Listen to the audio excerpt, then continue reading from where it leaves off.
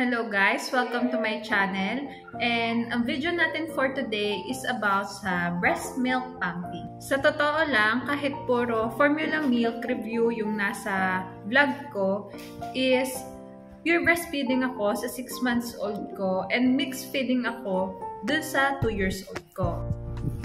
Para dun sa 6 months old ko, no need na akong mag-breast pump dahil direct latch siya sa akin at hindi siya dumedede sa bote. So, yung breast pumping is applicable lang siya dun sa 2 years old ko kasi hindi siya nagda-direct latch sa akin. Sa bote lang siya dumedede. I will make this video as quick as possible, kaya simulan na natin. Ang ginagamit ko ay Expectra 9 Plus Double Electric Breast Pump. Portable and rechargeable. Nililinis ko nga to before and after ko gamitin. May dalawang mode nga tong breast pump ko. Meron siyang massage na ginagamit ko for almost 2 minutes para mas madami ako maging output. And after nun, ang gagamitin ko naman ay yung expression. Sa expression, pwede tayo mag-vacuum level 10 pero 7 lang ang ginagamit ko kasi medyo masakit na sa akin yung 10. Ito na yung output ko dun sa left boobs ko. Medyo maunti lang siya kasi dito sa left boobs ko dumedede yung infant ko tuwing gabi. Halos dry na siya tuwing 5 AM na nagpapampa ko.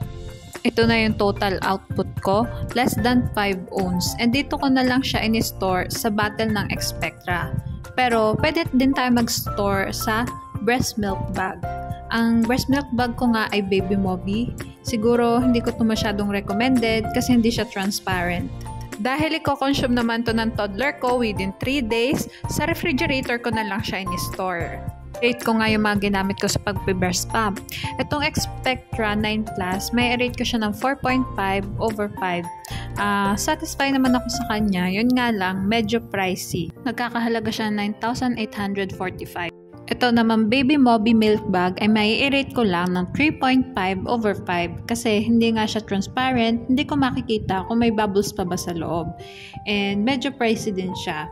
But double ziplock and makapal naman yung plastic niya somehow.